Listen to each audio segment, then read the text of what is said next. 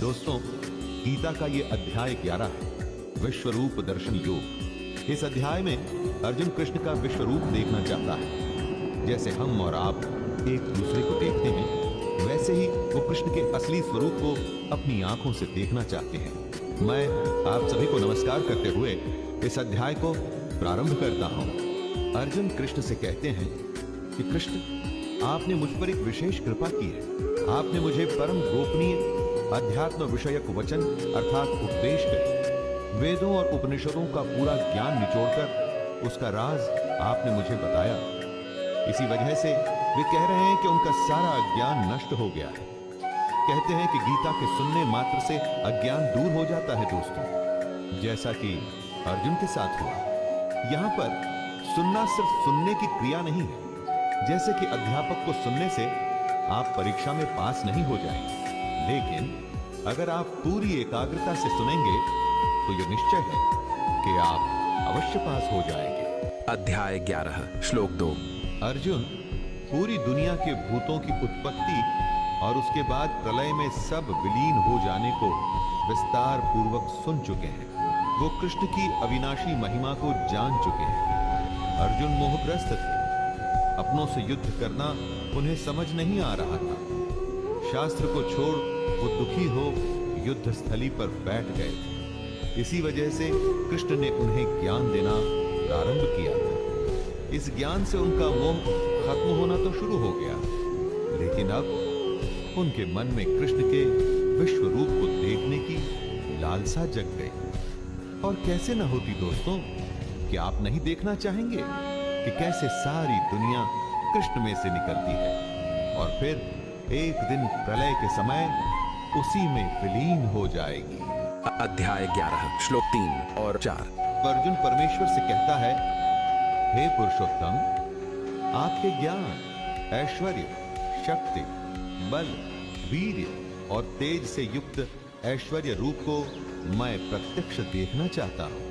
कृष्ण ने अर्जुन से और हम सबसे दुनिया के सबसे बड़े ज्ञान को बांटा दोस्तों, लेकिन अब अर्जुन उनके इस रूप को प्रत्यक्ष देखना चाहता था।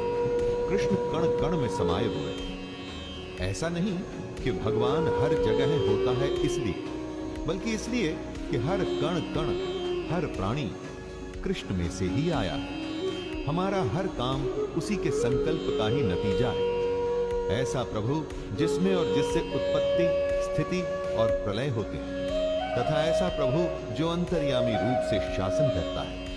ऐसे प्रभु को कौन नहीं देखना चाहेगा? यही बात अर्जुन कहता है उनसे कि यदि उसके द्वारा कृष्ण का वह रूप देखा जाना संभव है, तो योगेश्वर को उस अविनाशी स्वरूप का दर्शन कराना चाहिए। अर्जुन के जैसे ही शिष्य हम सबको बनना चाहिए। जब तक जिज्ञासा पूरी तरह शांत ना हो जाए, हमें अपने टीचर को छोड़ना नहीं चाहिए। अध्याय 11 श्लोक 5। क्या आप कल्पना कर सकते हैं कि कृष्ण का विश्व रूप कैसा होगा?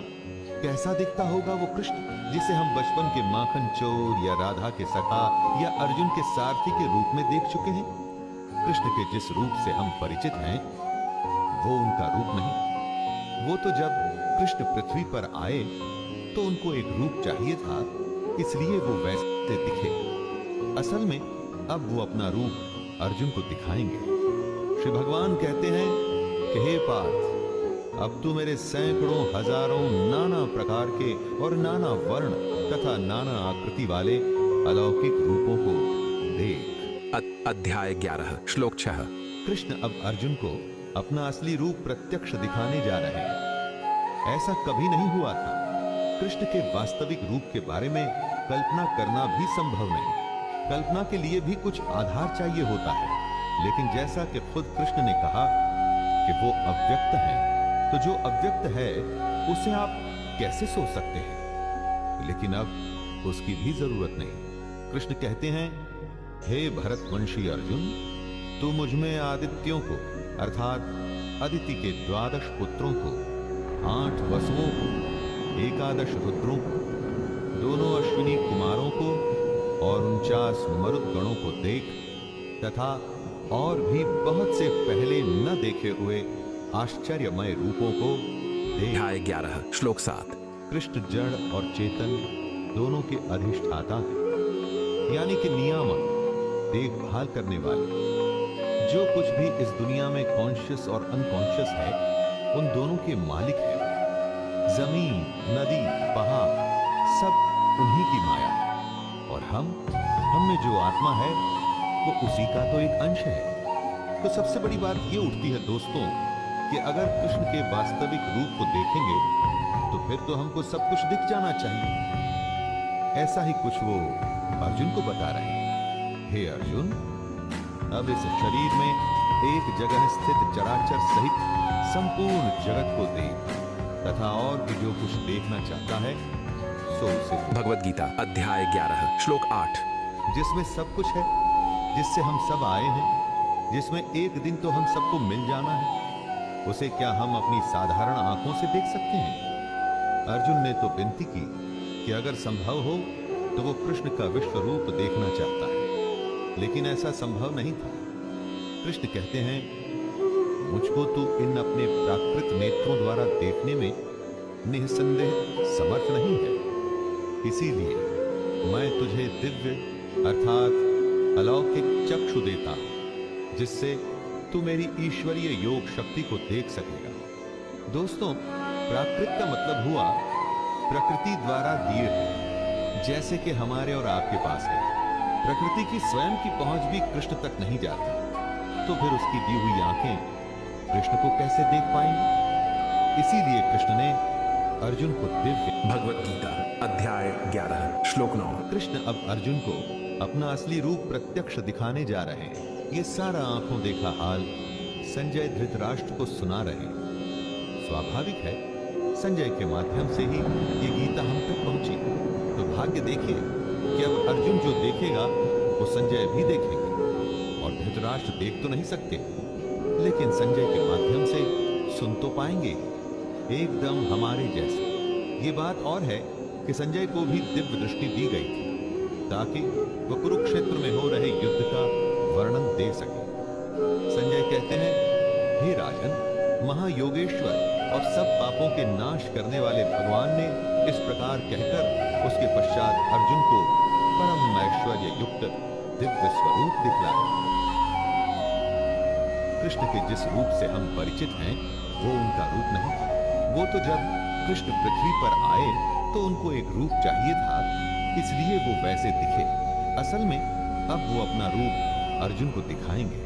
दोस्तों, अब जो कृष्ण का वर्णन आएगा उसको सुनने के साथ में अनुभव भी करते रहिएगा।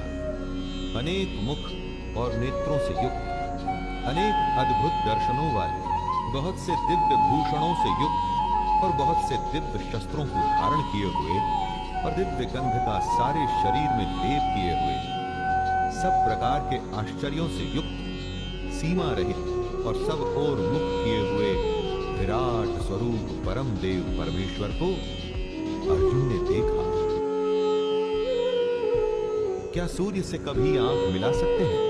क्या एक टक उसे देख सकते हैं? कृष्ण के विराट रूप को देखना एक नहीं, हजारों सूर्य को देखने के समान है। हजार सूर्य जब एक साथ उदय हो तो सोचिए कितना प्रकाश होगा। इतना ही प्रकाश उस समय अर्जुन के सामने था, इसीलिए अर्जुन अपनी प्राकृत आंखों से उसे नहीं देख सकते। इस विराट रूप का नजारा करने के लिए ही अर्जुन को दिव्य चक्षु दिए गए थे। संजय धृतराष्ट्र को बताते हैं कि जैसे ही कृष्ण का विराट रूप सामने आया तो ऐसा हुआ कि जैसे कि आकाश में हजार सूर्य एक साथ उदय हो गए। कृष्ण अपना विराट रूप अर्जुन को दिखा रहे हैं। अर्जुन को अब ये जगत अलग अलग और बनता हुआ भी दिख रहा है, क्योंकि ये दुनिया, प्रकृति, हमारी आत्मा सब उसी के अंश का ही रूप है। इसीलिए स्वाभाविक है कि अर्जुन को जो दिखे उसमें हमारा ये पूरा विश्व, ब्रह्मांड और हम खुद भी शामिल हो। संजय कहते हैं कि पांडुपुत्र अर्जुन ने उस समय अनेक प्रकार से विभक्त अर्थात पृथक पृथक संपूर्ण जगत को देवों के देव श्री कृष्ण भगवान के उस शरीर में एक जगह स्थित देखा। अर्जुन एक अंत न होने वाले आश्चर्य से चकित है और उसका पूरा शरीर रोमांच से भर गया है। जो वो देख रहा है उसके बारे में वो सोच भी नहीं पा रहा। उसके सामने प्रकाशमय विश्व रूप परमात्मा स्वयं खड़े। अर्जुन श्रद्धा भक्ति सहित सिर से प्रणाम करके अपने हाथ जोड़ लेता है। अब जो वो देख रहा है उसके बारे में वो सोच भी नहीं पा रहा। कृष्ण अपना विराट रूप अर्जुन को दिखा रहे हैं। आश्चर्य से भरा हुआ अर्जुन कृष्ण में सारे देवता, अनेक भूतों के समुदायों को, कमल के आसन पर विराजित हुए ब्रह्मा को, महादेव को और संपूर्ण ऋषियों को तथा दिव्य सर्पों को देख रहा है। अनेकों अनेक भुजा, अनेक पेट, न जाने कितने मुख और अनेक नेत्र, यानी कि सब ओर से अनंत कृष्ण का विराट रूप जैसे हर दिशा में है। ये बताना मुश्किल हो जाएगा कि इस रूप की शुरुआत कहां से हो रही है, कहां इसका मध्य और कहां इस रूप का अंत हो रहा है। इसीलिए अर्जुन कहते हैं, हे विश्व रूप, मैं आपके न अंत को देखता हूं, न मध्य को और न आदि को। भगवद गीता अध्याय 11 श्लोक 17। अर्जुन भगवान श्री कृष्ण के विराट स्वरूप के सामने एक अंत न होने वाले आश्चर्य से चकित है। अर्जुन किसी तरह से शब्दों में अपने आश्चर्य को व्यक्त करते हुए कहता है, आपको मैं मुकुट युक्त, गदा युक्त और चक्र युक्त देखता हूं। सब ओर से प्रकाशमान तेज के पुंज, प्रज्वलित अग्नि और सूर्य के सदृश ज्योति युक्त, कठिनता से देखे जाने योग्य देखता हूं। दोस्तों, क्योंकि कृष्ण का न तो ओर था न छोर, वे हर तरफ थे। इसीलिए हर तरफ से हाथ गदा उठाए हुए, अनगिनत मुख, अनगिनत मुकुट पहने हुए और हर ओर से ही वो सुदर्शन चक्र उठाए हुए दिख रहे थे। हजारों सूर्य की रोशनी कृष्ण को तेज के पुंज के रूप में प्रस्तुत कर रही थी। भगवद गीता अध्याय 11 श्लोक 18। कृष्ण ने कहा था कि जब कुछ नहीं था तब वो थे। कृष्ण उस समय को भी जानते हैं जब अर्जुन नहीं था, और आने वाले उस समय को भी जो अभी आया नहीं है। कृष्ण ने यह भी बताया था कि वो परम अक्षर है, यानी कि जिसका क्षय नहीं होता, जो नाश रहित है। जो सुना था अब उसी को देख अर्जुन का अंतःकरण कृष्ण को जान रहा था। इसीलिए अर्जुन कृष्ण को इस जगत के परम आश्रय, अनादि धर्म के रक्षक, अविनाशी सनातन पुरुष हैं ऐसा बता रहा है। कृष्ण के इस विराट रूप को देखकर अब अर्जुन समझ रहा है कि क्यों कृष्ण सनातन पुरुष है। चारों तरफ उनका मुख, उनके हाथ है, हर तरफ सिर्फ कृष्ण है, कृष्ण है, कृष्ण है।